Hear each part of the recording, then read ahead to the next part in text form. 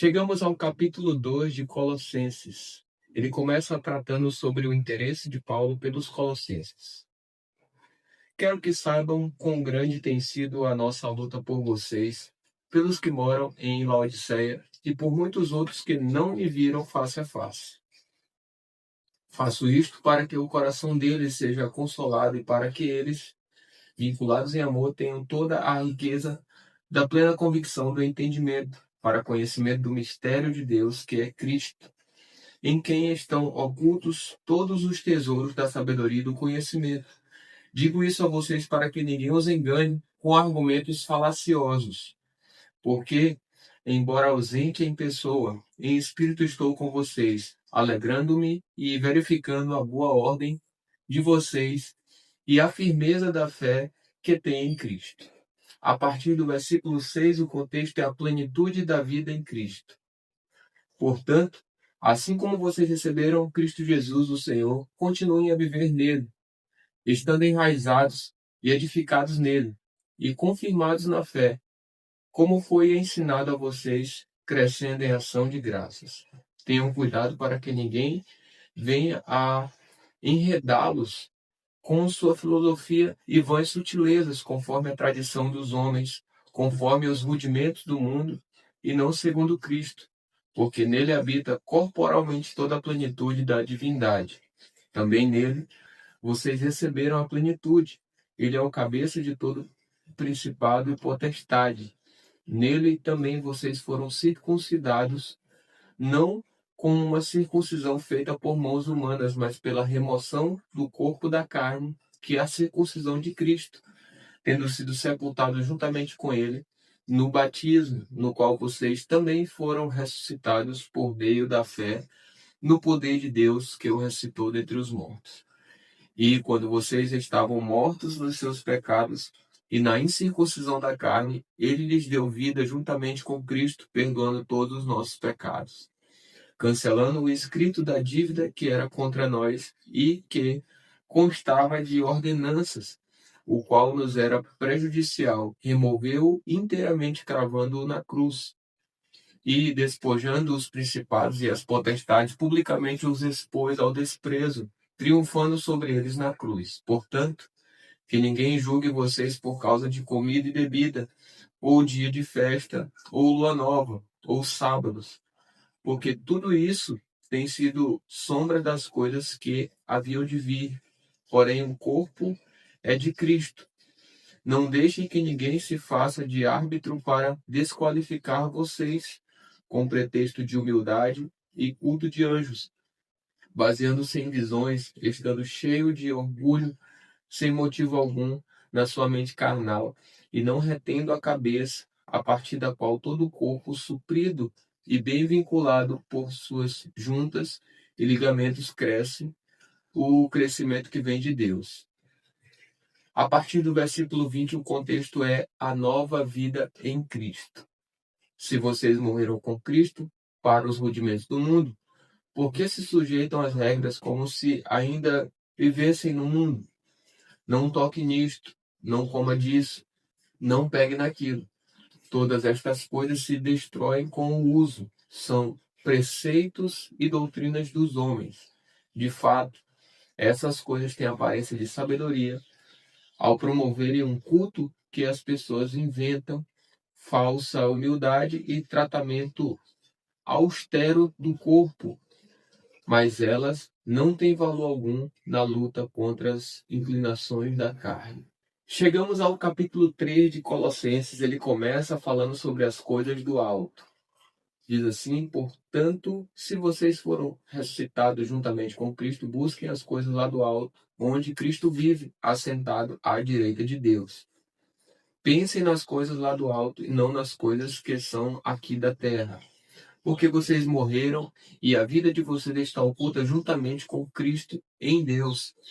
Quando Cristo, que é a vida de vocês, se manifestar, então vocês também serão manifestados com ele em glória.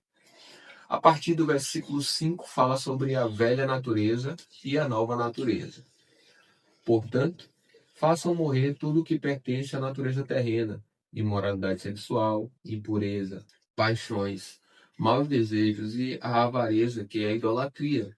Por causa dessas coisas é que vem a ira de Deus sobre os filhos da desobediência. Vocês também andaram nessas mesmas coisas no passado quando viviam nelas. Agora, porém, abandonem igualmente todas estas coisas: ira, indignação, maldade, blasfêmia, linguagem obscena no altar. Não mintam uns para os outros, uma vez que vocês se despiram da velha natureza com as suas práticas e se revistam da nova natureza que se renova para o pleno conhecimento segundo a imagem daquele que a criou. Aqui não pode haver mais grego e judeu, circuncisão e incircuncisão, bárbaro, cita, escravo, livre, mas Cristo é tudo e está em todos. Portanto, como eleitos de Deus, santos e amados, revistam-se de profunda compaixão, de bondade, de humildade, de mansidão, de paciência. Suportem-se uns aos outros e perdoem-se mutuamente, caso alguém tenha motivo de queixa contra outra pessoa. Assim como o Senhor perdoou vocês, perdoem também uns aos outros. Acima de tudo isto, porém, esteja o amor, que é o vínculo da perfeição. Que a paz de Cristo seja o árbitro no coração de vocês, pois foi para essa paz que vocês foram chamados em um só corpo, e sejam agradecidos. Que a palavra de Cristo habite ricamente em vocês, instruam e aconselhem-se mutuamente em toda a sabedoria, louvando a Deus com salmos, hinos e cânticos espirituais com gratidão no coração. E tudo o que fizerem, seja em palavra, seja em ação, façam em nome do Senhor Jesus, dando por ele graças a Deus Pai. A partir do versículo 18 fala sobre os deveres em casa. Esposas, que cada uma de vocês se sujeitem a seu próprio marido como convém no Senhor. Maridos, que cada um de vocês ame a sua esposa e não a trate com amargura. Filhos, em tudo obedeçam a seus pais, pois fazer isso é agradável diante do Senhor. Pais, não irritem os seus filhos para que eles não fiquem desanimados. Servos, obedeçam em tudo a seus senhores aqui na terra, não servindo apenas quando estão sendo vigiados, visando somente agradar pessoas, mas com sinceridade de coração temendo o Senhor. Tudo o que fizerem, façam de todo o coração, como para o Senhor e não para as pessoas, sabendo que receberão do Senhor a recompensa da herança. É a Cristo, o Senhor, que vocês estão servindo. E quem fizer injustiça receberá em troca a injustiça feita. E nisto, ninguém será tratado com parcialidade. Chegamos agora ao último capítulo de Colossenses, o capítulo 4. O versículo diz assim: Senhores, tratem os seus servos com justiça e igualdade, sabendo que também vocês têm um Senhor no céu. A partir do versículo 2 são os conselhos finais. Continuem a orar, vigiando em oração com ação de graças. Ao mesmo tempo, orem também por nós, para que Deus nos abra uma porta à palavra, a fim de falarmos do mistério de Cristo, pelo qual também estou algemado. Orem para que eu torne esse mistério conhecido, como me cumpre fazer.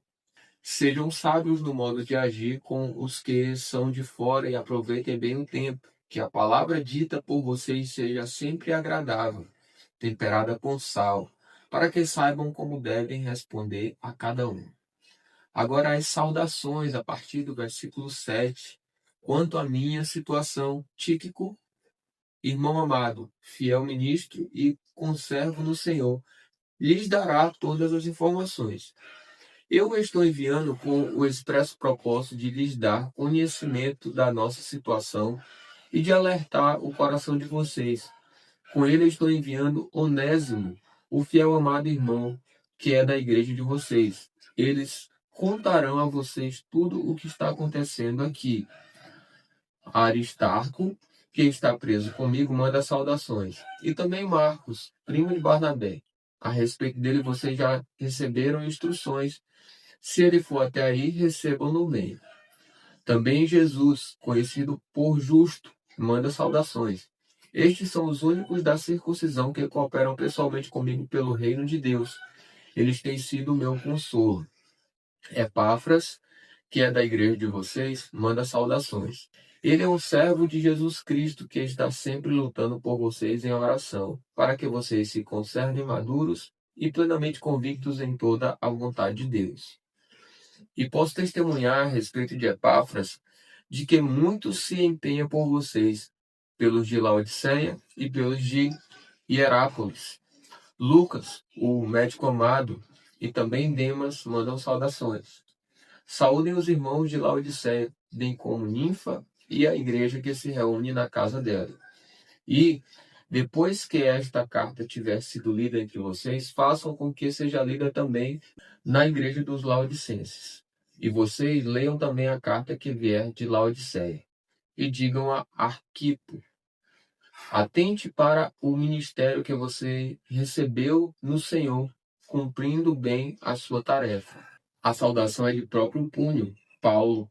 Lembrem-se das minhas algemas. E aí vem a bênção, a graça esteja com vocês. Assim a gente termina o livro de Colossenses. Nós vamos começar agora o livro de 1 Tessalonicenses, e o capítulo 1 começa o versículo 1 com o prefácio e saudação. Paulo, Silvano e Timóteo, a igreja dos Tessalonicenses em Deus, Pai e no Senhor Jesus Cristo, que a graça e a paz estejam com vocês. A partir do versículo 2 é ação de graças, o contexto.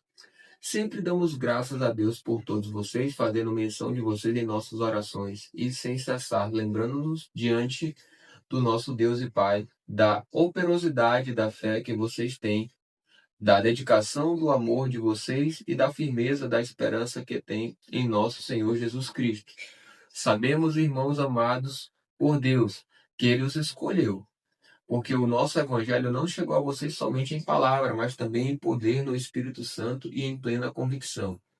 E vocês sabem muito bem qual foi o nosso modo de agir entre vocês para o próprio bem de vocês. E vocês se tornaram nossos imitadores e do Senhor, recebendo a palavra com a alegria que vem do Espírito Santo, apesar dos muitos sofrimentos.